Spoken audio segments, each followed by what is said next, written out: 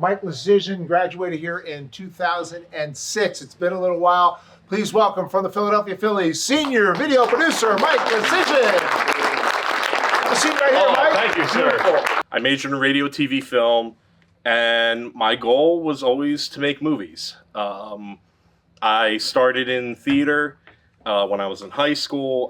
My childhood hero was Weird Al Yankovic. Any Weird Al fans here? Only one? I saw him live last summer. Same here at the Man. Yeah. Yeah, I was there too. Only one person. All right. Weird Al influenced many people that are your fans of now, like Lin-Manuel Miranda, The Lonely Island, a lot of comedians nowadays. But he was a geeky nerd who embraced his geekiness and made a career out of it. And that's kind of how I was. I felt like a nerdy outcast and found a way to kind of channel my geeky nerdiness into art. So I did theater, and then I turned into filmmaking. I never thought I'd work in sports, and somehow I landed into it.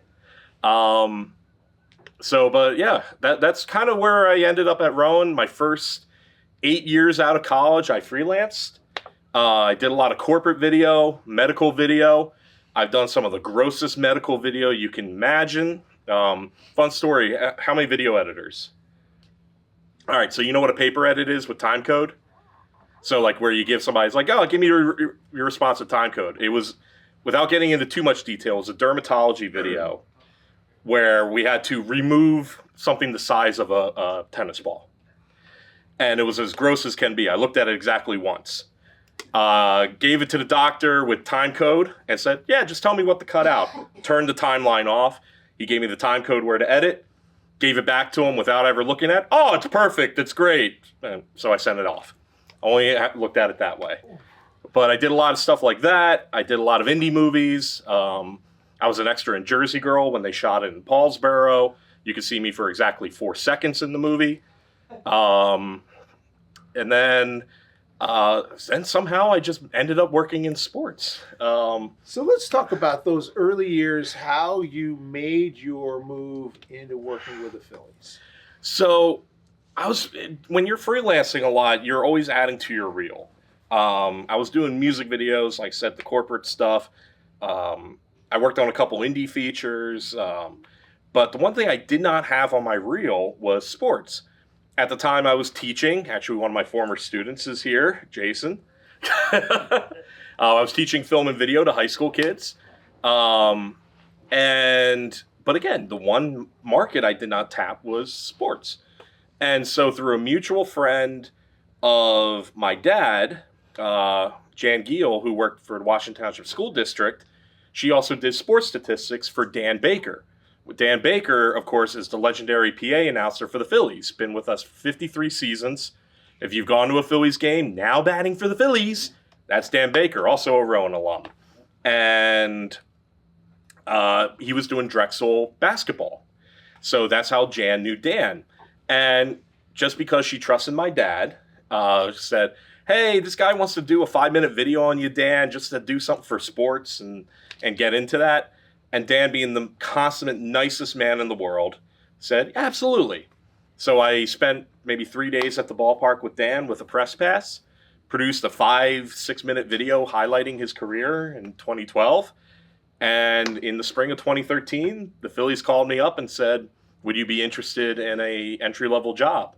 And I was in my late 20s, so it was kind of a risk, a financial risk, but I wanted to try it. And I took a chance. And they took a chance on me, and here I am now, 13 years later. Wow. That's a heck of a story. And by the way, Dan Baker, a 1968 graduate of Glassboro State. He does have a scholarship here in our sports camp program, very generous of him, and we will be honoring Dan. In the next year, you'll see something about a really nice tribute that we'll be doing to Dan as a graduate of Glassboro State in Rowan, and a very strong supporter of our sports communication media program. Before we go on, and they have lots of questions, before we move on, you have Chris Winkler back here, who also works for the Phillies. Yes. Right? Chris, what can you say about Mike Licisyn that we don't know, that we should know about Mike? Something that you don't know. Well, most of you just met Mike today, so that's probably an easy one. But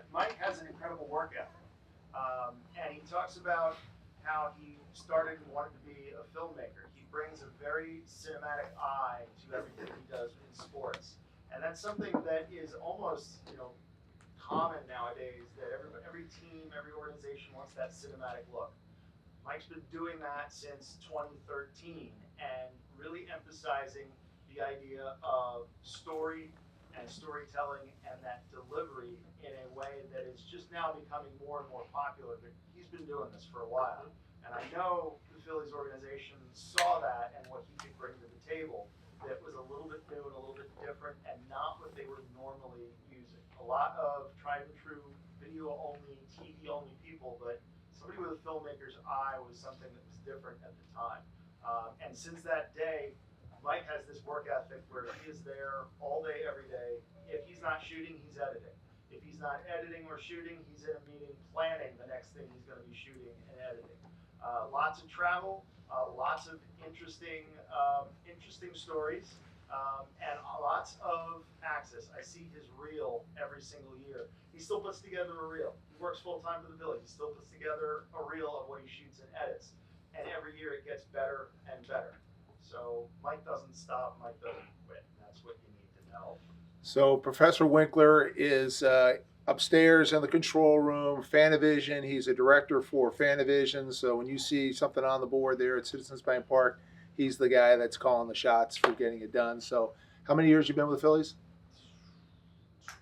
Well, this will be my 21st season. 21 years, 13 years. So we're blessed to have Professor Winkler here on staff. So just to give you a little bit of background about Mike Licisyn. All right. Before we get to questions, I'm just curious, how many of you are interested in sports production? Sports production.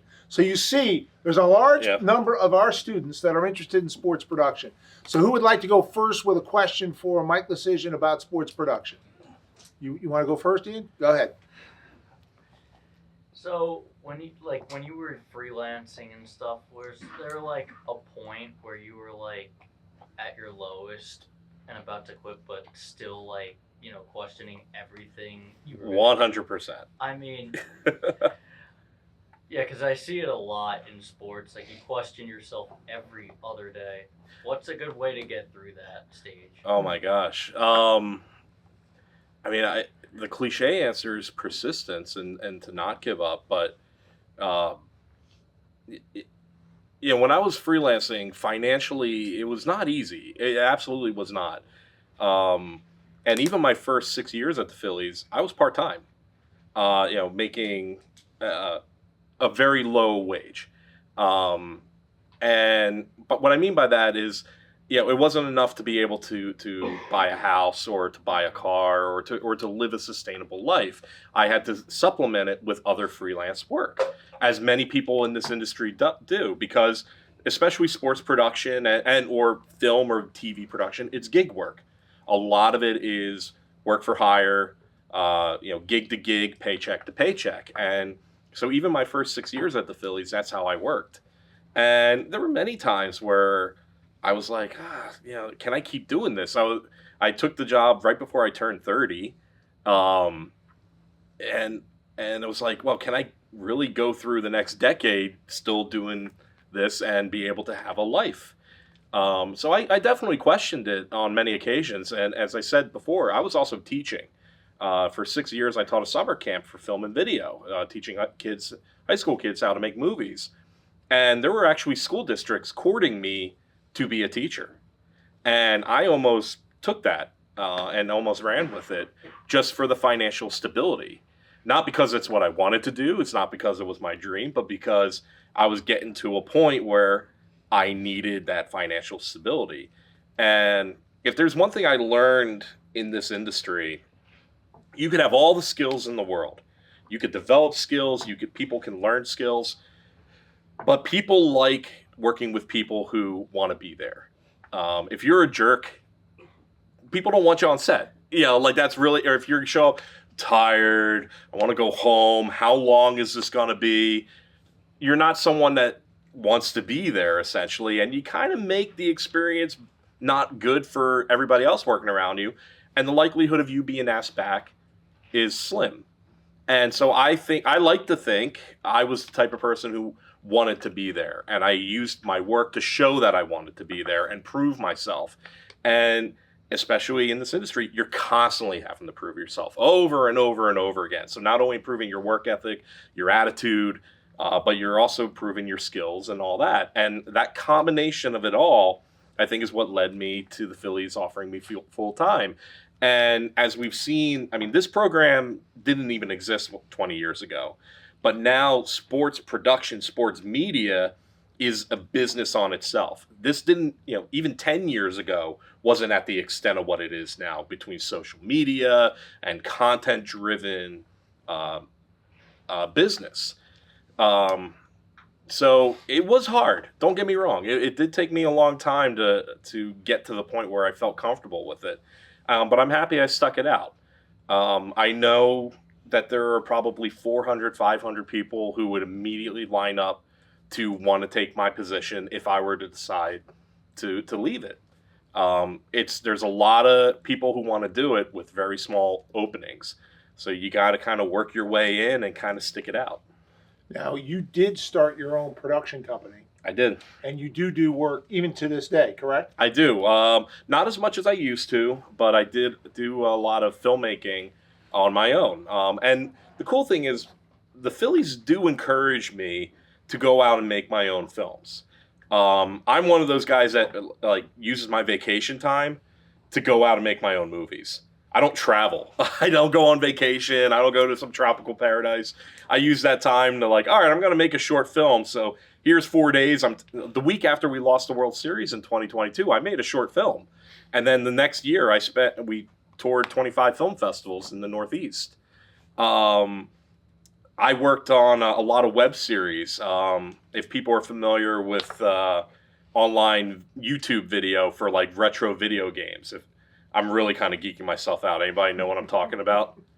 So if I were to say the name James Rolfe, the Angry Video Game Nerd, how many of you know who that is? Oh. All right, I worked with him. I'm good friends with him. I was an editor on the Angry Video Game Nerd movie. I know a lot of people who make full-time living doing YouTube videos. So I would go to conventions, video game conventions. I made a web series for a brief period. We were YouTube famous doing a web series about retro video games called Living in 8-Bits. And I was doing this all simultaneously while I was at the Phillies my first few years. And so I still try to go out and make my own movies when I can. Obviously, it's a lot harder now from a time perspective, as I've been full-time since 2019. But the good thing is, like I said, they encourage me because they see it as me developing my craft even further. And then we use it in projects at the Phillies. Probably one of my favorite was the Philly Fanatic Saves the Fourth. If anybody's anybody familiar with that? Yeah. Okay, a few of you have seen it. You were at that game. That was the coolest experience. So you can find it on YouTube, but the long story short is in 2022, before the fireworks game, we wanted to do something different. And so we made an action-adventure short film starring the Philly Fanatic. And it's, my supervisor pitched it to me as 24 meets National Treasure.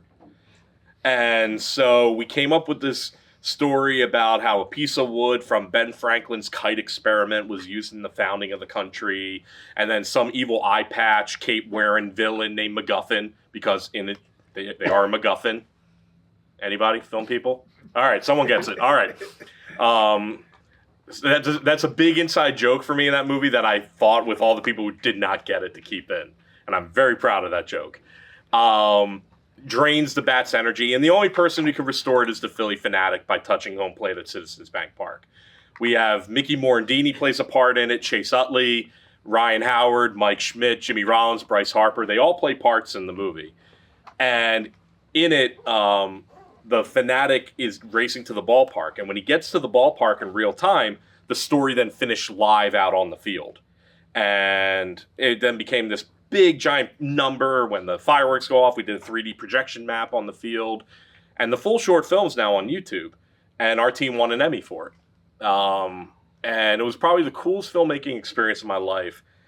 The best part about it, what night were you at? Were you at the first or the second? I don't remember. It might have been the first. So the cool thing about the first, we had about 36,000 fans in the stadium, which is still amazing. And I'll never forget turning around from the board and looking at everybody watching it. I actually recommend looking up a bootleg of it online because you hear the audience reaction. But then someone from Tickets told me the Sunday night show, the second show, we sold out 8,000 more tickets because of word of mouth of how good the first night was. I might have been there the second night. So Zach Wheeler started the second night. It was Sunday night. I remember that because Wheeler had a great game. It was against the Cardinals. So it became this really huge thing for the organization, and it's my favorite experience ever. And probably if I could tell one story from it. Sorry, I'm rambling a little bit. That's all right. But what was so cool about it, we got the Philadelphia Police Department involved. We got to shoot in the Franklin Institute, the Constitution Center, the Art Museum steps. They opened City Hall for us. And at one point, we were shooting a scene where the Fanatic's on his ATV going down Broad Street. And we had tied it to a motorcycle thing in front and back of a van. And we're like, all right, well, we want to get a shot at Independence Hall. And if anybody knows about film permits and all that, Chestnut Street is city property. But once you're on the sidewalk, it's National Park Service. So you can't go onto the sidewalk, but you could go onto the street. So we're like, all right, let's send a crew ahead. We want to just get a shot of Fanatic going by Independence Hall. So we send an unmarked white van at 3 a.m. in front of Independence Hall. You can picture where this is going. So National Park Rangers show up, knock on the van, and this is like a 20-year-old intern in the van.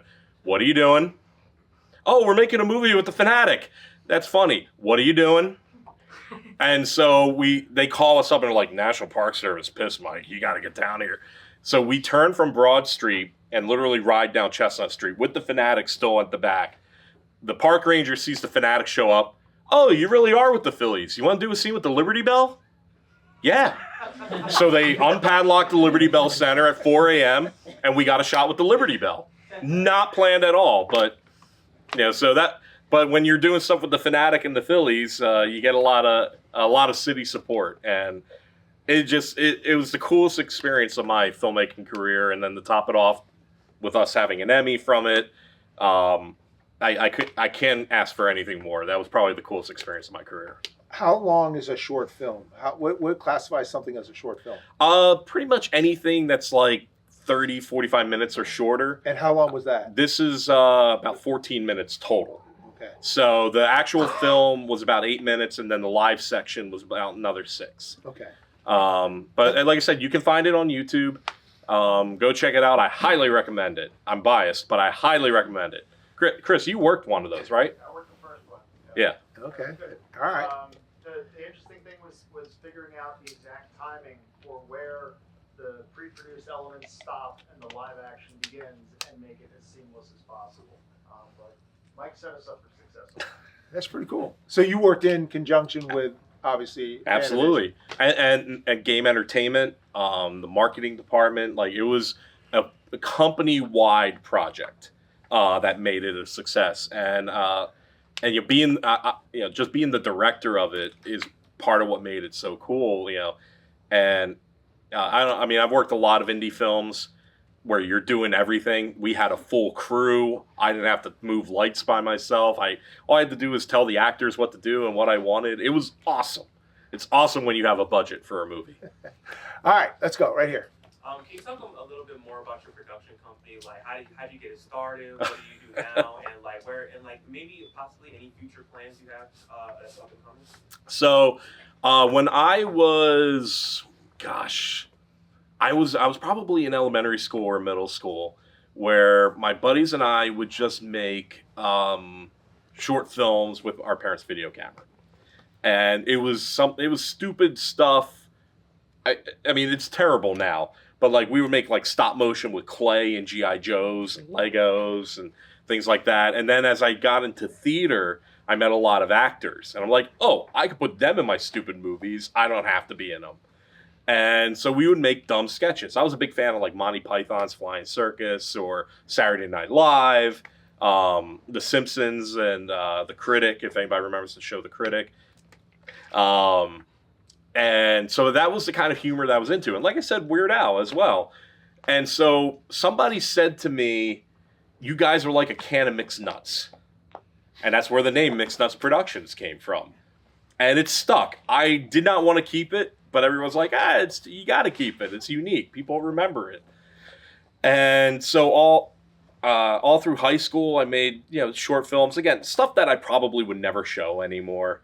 But one of them was a parody of NSYNC's "Bye Bye Bye," but it was about BUI shopping, and we filmed it in stores. And my buddies and I learned to dance, which is why if you watched a Phillies game this past year, somebody was dancing to NSYNC's "Bye Bye Bye" on the dugout. That was me. So, but we made this parody music video, and it actually aired on MTV's Total Request Live, if anybody knows what TRL was. But it was a show that played music videos at like 3:30 to 4:30. And that, like, being on national, there was no YouTube at the time. So being on national TV was like, this is the pinnacle of my career. It's never going to get any better. And then I made a whole bunch of films during college. I made a couple feature films. When I graduated, I made a film about being an artist and it's post-grad called No Footing. We actually shot some of it here on campus, and we put it out on YouTube, and it has like 600,000 views now. And then I would do, like I said, music videos. I did this web series, and I just make my own short films. There's not really any future plans other than whenever we get a creative idea, hopefully something sticks.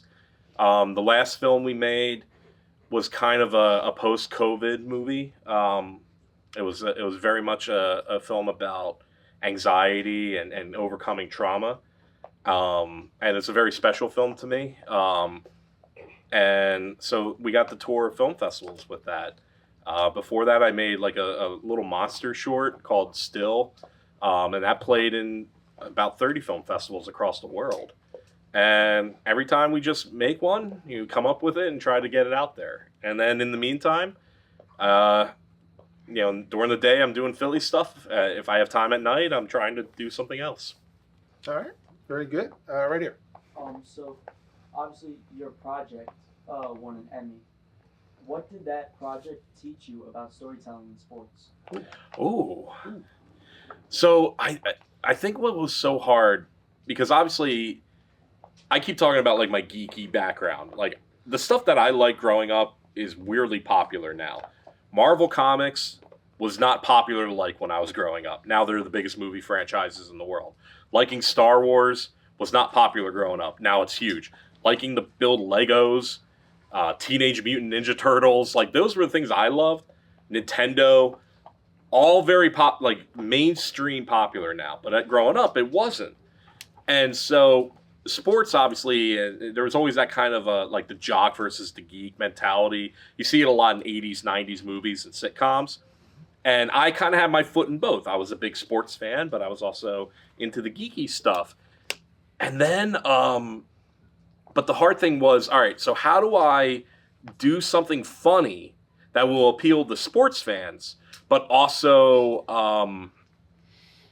still kind of tell my sense of humor, kind of make it my own style. And the easy thing with the Philly Fanatic is that he appeals to everyone. No matter what how the team is doing, we know that the fans will love the Fanatic, and we could always put the Fanatic out there. And the Fanatic has that style of comedy that I grew up on. Like I referenced, the most notorious Fanatic incident, actually, the Tommy Lasorda incident. Weird Al's Fat is playing over the loudspeaker. So it's like they have the same sensibility. So it really was just trying to make my geeky sense of humor appeal to a wide audience and a sports audience. And so even though I had film industry humor, like the MacGuffin joke or things like that, like when we cut to the cameos of Ryan Howard and Mike Schmidt and all that, we call it the Council of the MVPs. And we just make them this very esoteric group that they're on the screens like you would see in a spy movie and all that. The funny thing was when I was explaining it to Mike Schmidt, he's like, so it's like Mission Impossible. I said, exactly. Yes, go with that. And that's all the direction I had to give Mike Schmidt. All right, right here. You said you like to make your short films in your free time. Would you consider yourself a workaholic because of that, or is it like you're just doing your passion and it's like fun and games? People would say that it's more like the workaholic. Like I don't personally see it as that way for myself, but it's because it's what I love to do. Like I said, I don't take vacations or like go travel or go see.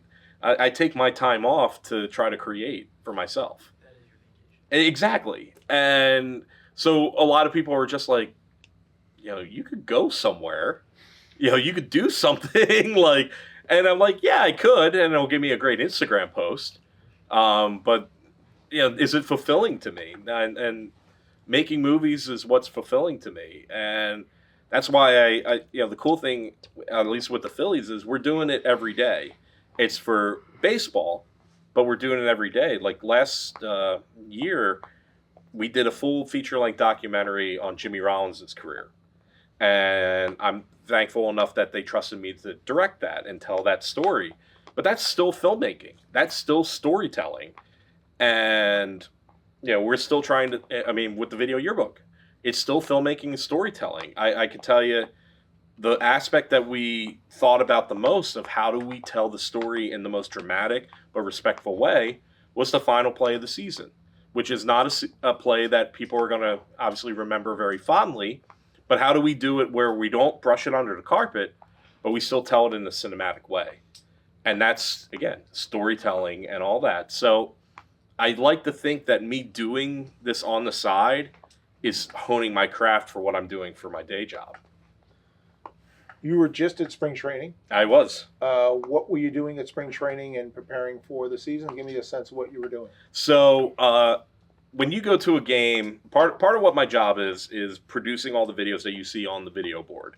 So I'm not working in the control room, but we have in-game features, hype videos, different videos that'll play throughout the game. I also edit a lot of our commercials that you see on TV.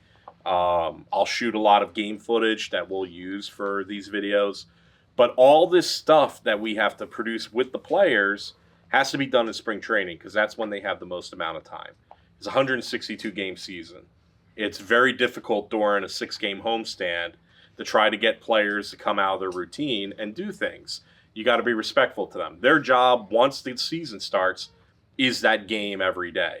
And you can't be bothering 40 guys to come down and do stuff on a green screen. So while we're in spring training, we set up a green screen and we do all the player asks that we have for the year. If you watch Ask the Phillies, any other in-game features, PSAs that they have to read, fantastic auction, anything that's promoting something. Some of them have their own charities, so we do their own reads. We share a room then with NBC Sports, Philadelphia. So NBC Sports is there shooting all their stuff. We have another station set up that we conduct player interviews. So we'll do a player interview at the beginning of every season that we use for the video yearbook, for social media pieces, whatever. And then social media has their own setup.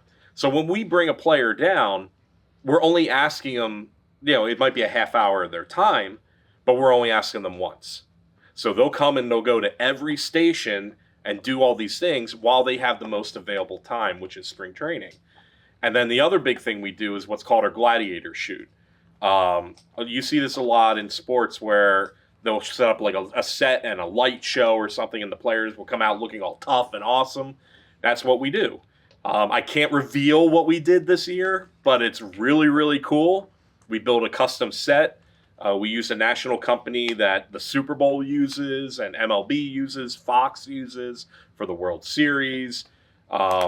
A really, really renowned company called Elite Edge that does a lot of stuff. And they built us a really, really cool set. I want to tell you guys so bad, but I can't. But when you see it, it'll look awesome. I promise. So, and then we shoot that. So pretty much the first week is doing all the production green screen stuff. You have to get about 45 different guys because you don't know who's going to be on the roster throughout the year. Players move up and down. Players get traded. Some released. And so you have to have enough inventory in stock to account for those moves for the season.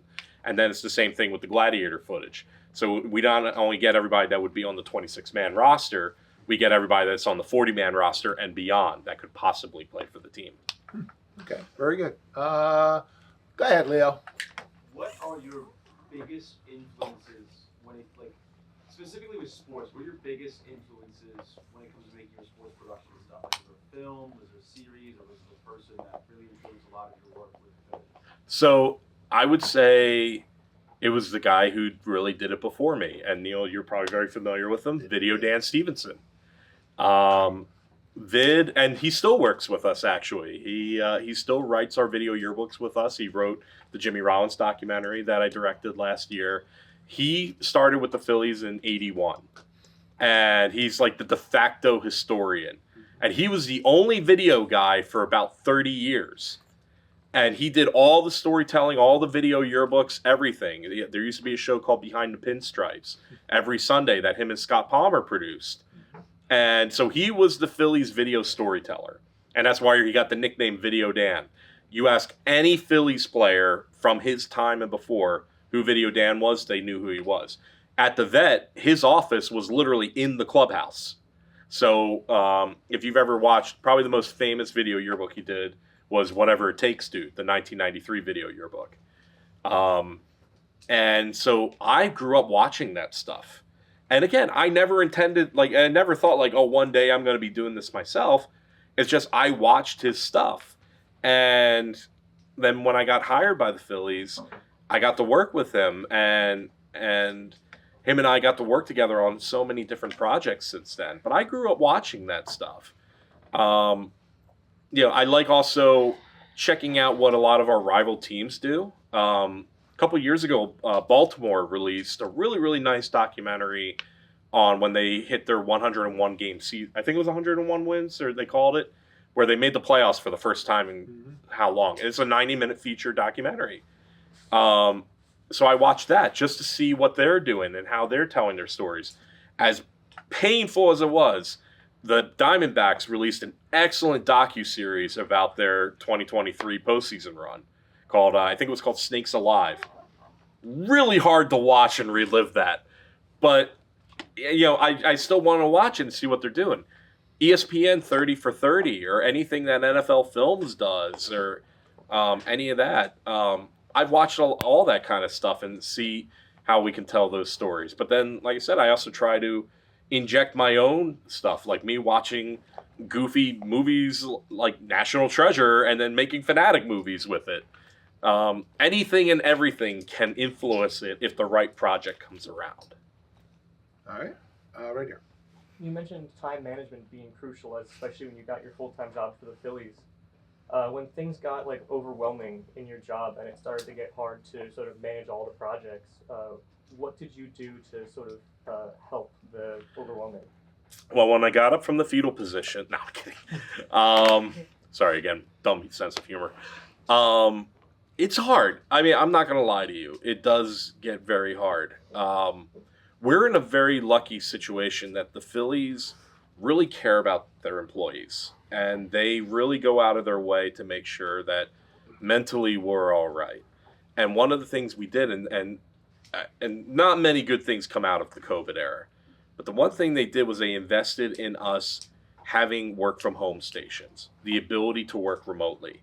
So I have the ability to log onto my computer at Citizens Bank Park with the full capability of doing everything I need to, logging into the system, logging into the server, doing whatever I have to do from home.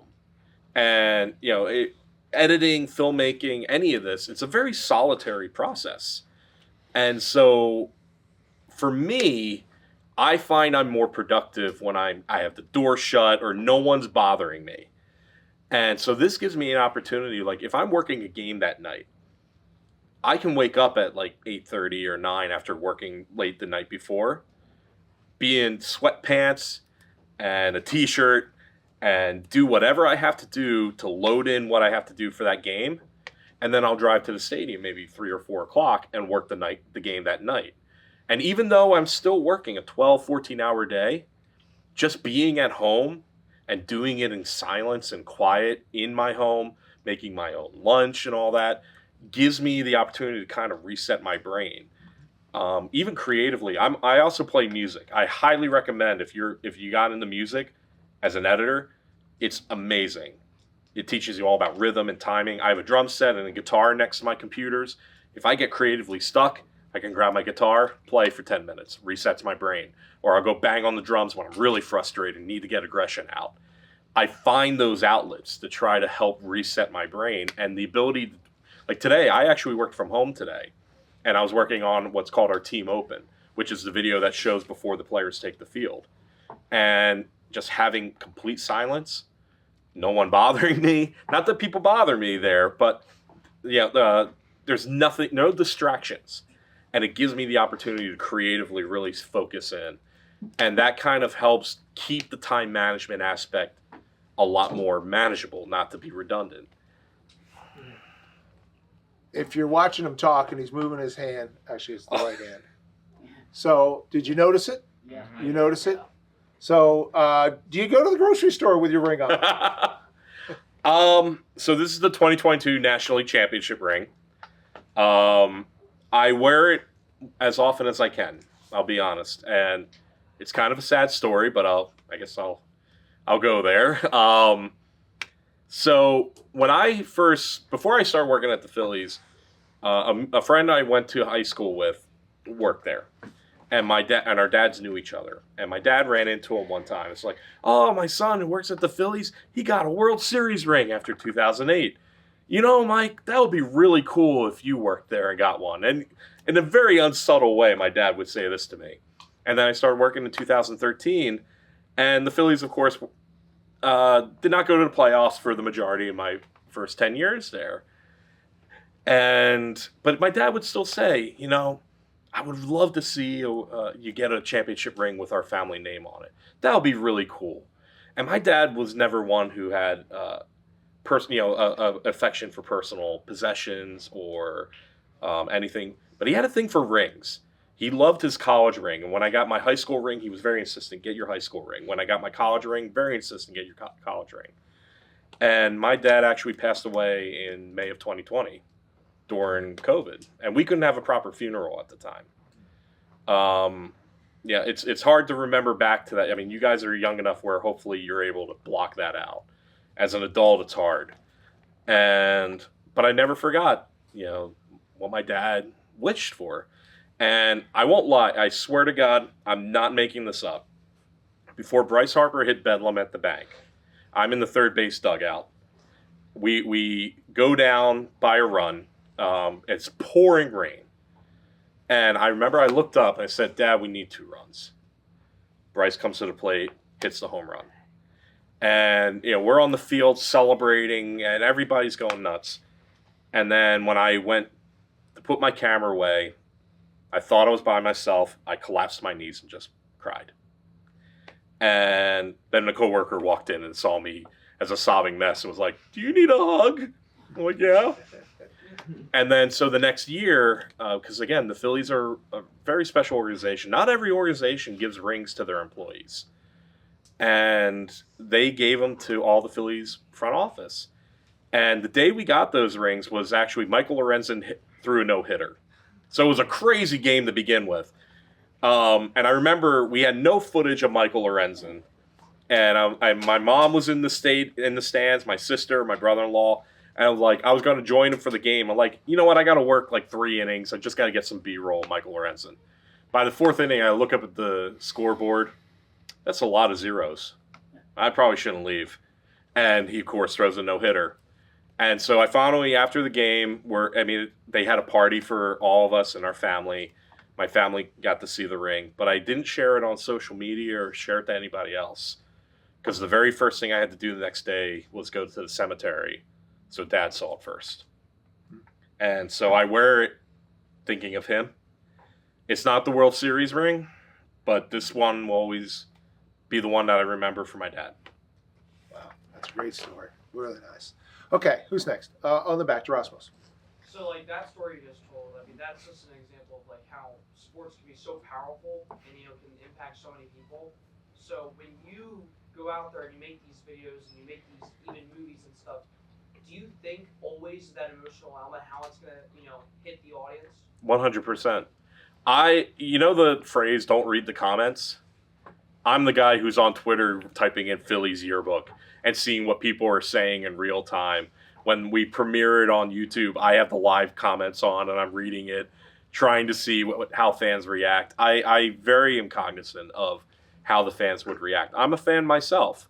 Like if I were doing this for like the Mets or the Yankees or something, I wouldn't have as much care into it. I'm a Phillies fan.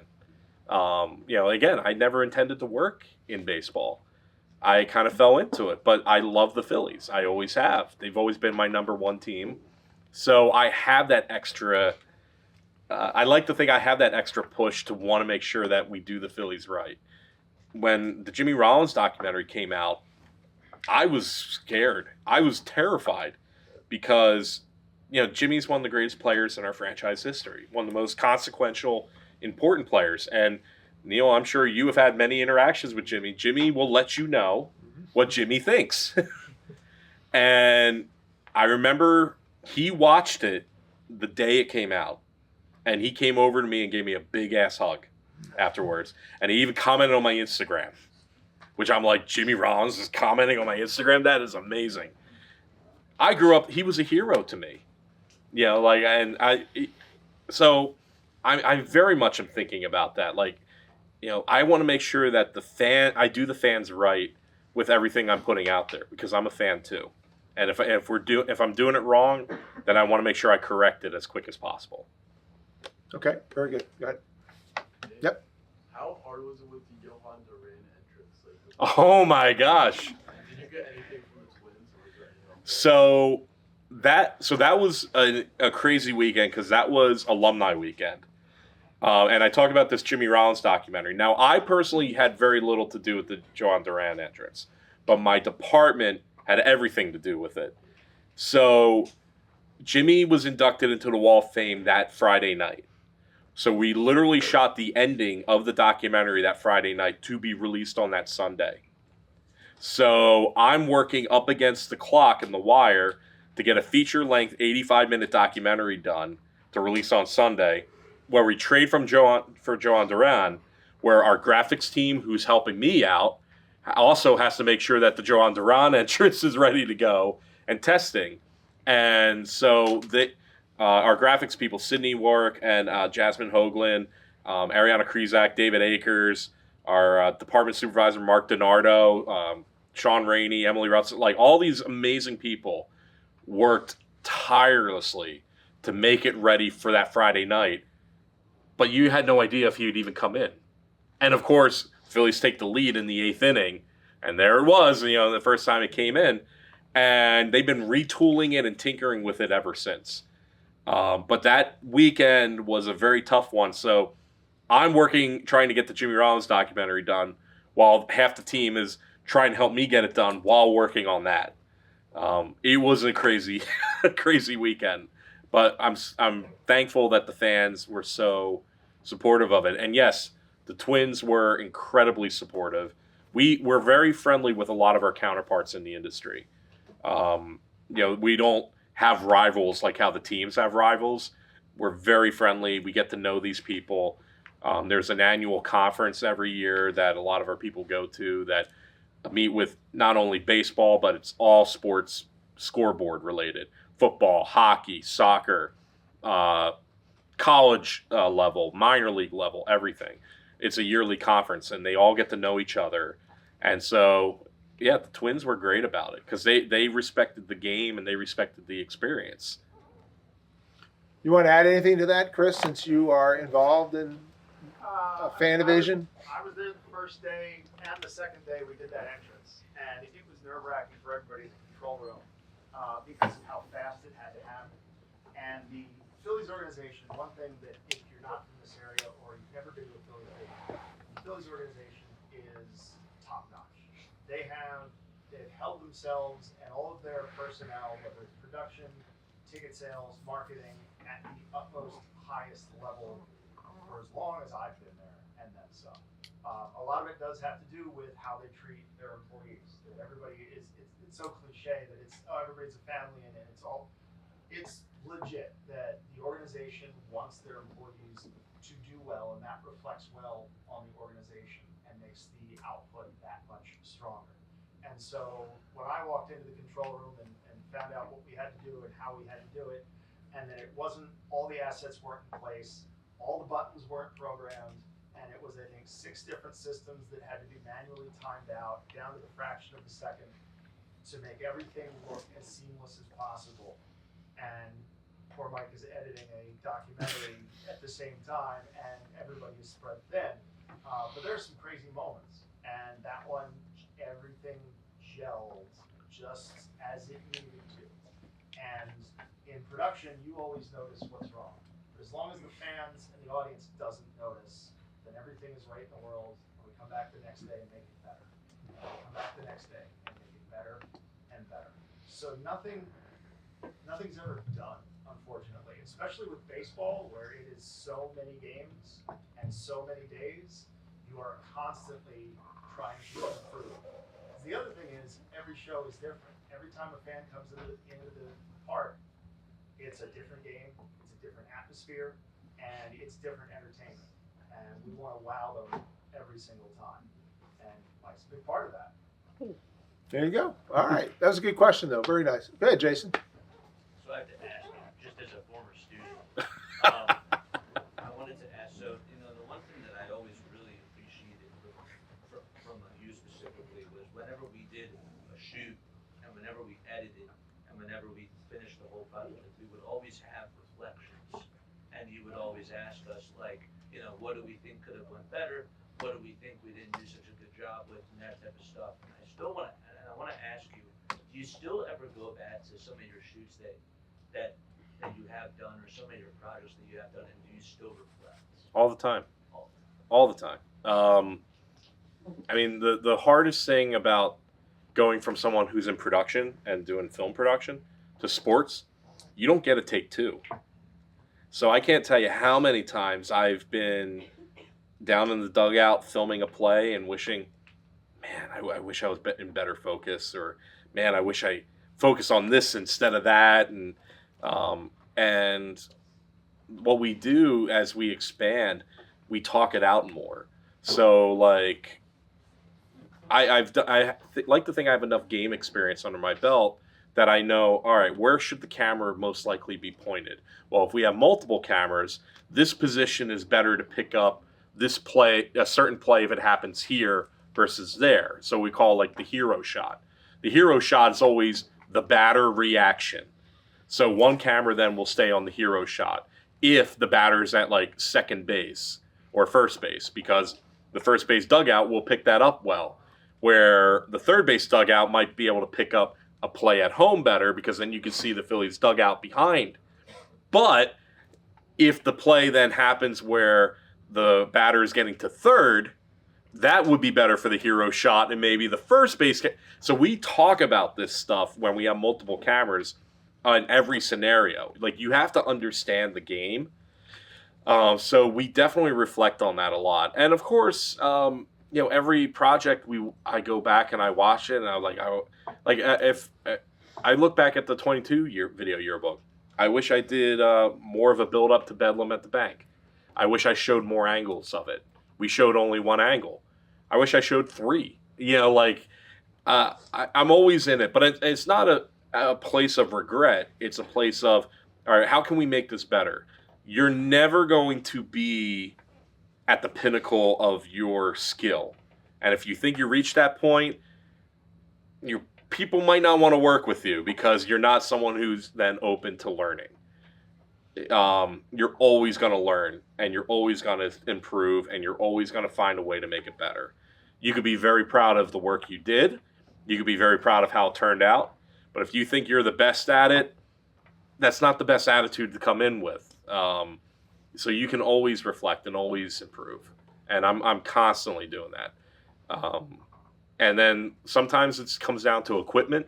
All right, what kind of equipment can we purchase that will make this a better experience? What kind of lenses can we purchase to make this a better experience? Chris can attest the amount of times that we've been in the control room and we changed how the lighting goes in a Phillies win situation. How do we make it better for on camera? For a while, we were going to just a solid red color. But when you do that, the cameras can't see anything on the field. So now we're putting in some whites in there.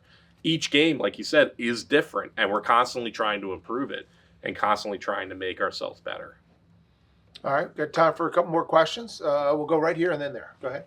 If you were back at Rowan in 2026, or if you were in our shoes, what sort of skills or opportunities would you like? Oh, you're now at Rowan in 2026. Ooh. What kind of advice? Let's go. Oh no. You know what's something that I wish, and again, I'm speaking from 20 years. I don't know if this is covered more now, but there's a lot of there seemed to be a glance over of pre-production planning, money management, things like that. It was always about the art and the creation of it, but not how you actually get to that point. And so, like, nobody goes into this being like, I'm going to do a spreadsheet. I can't wait to fill out permits. Like today, I was filling out paperwork to film at the Independence Hall. No one ever taught me how to fill out a permit or how to go through that stuff, but I had to learn that. I had to learn budgets and budget sheets and how to make sure that we're under budget. How to negotiate with, like, these are tactics that I wish that would have been taught more when I was your age. And that's stuff you have to learn. Sometimes you just learn by doing and get thrown into the fire. But pre-production and planning is so important, and people just kind of glance over it. They just want to show up and be like, oh, we're just going to go in and do it. And it doesn't always work that way. And things fall apart very easily that way. So I don't know. Again, I'm speaking from a 20-year difference, but that's stuff I wish I knew more of at that age. All right, right here. So, if given the opportunity, would you give up the sports production job you have now for being a full-time director in filming and cinema? I don't know. I truthfully don't know. The right opportunity would have to come along. I've actually been offered other jobs since I've been at the Phillies, and I've turned them down. For a variety of reasons, but it's I like what I do, and I know what I do is very unique. I know it's very it sometimes can be isolating and odd because it's a very weird job. It's not desk work. It's not it's hard sometimes for people to relate. But as I do also like to remind people, it is still a job that can still come with the same stresses and frustrations as any other job, and the same highs and lows of any job. But I don't know. I really don't know. I mean, we're in a very special time in Phillies baseball. And especially a year like this year coming up with the All-Star game and the Field of Dreams game and knowing what a good team we have. I don't know. I truthfully don't have a answer to that question. Will you be going to Field of Dreams? I hope so. Okay. I want to, but I don't know. The cornfield. You want to walk through the cornfield? I would love to. I mean, just and also being a film fan. Yeah. I would love to have that opportunity if it ever came to me. I want to thank Mike Licisyn for being here with us tonight. Thank you, Mike.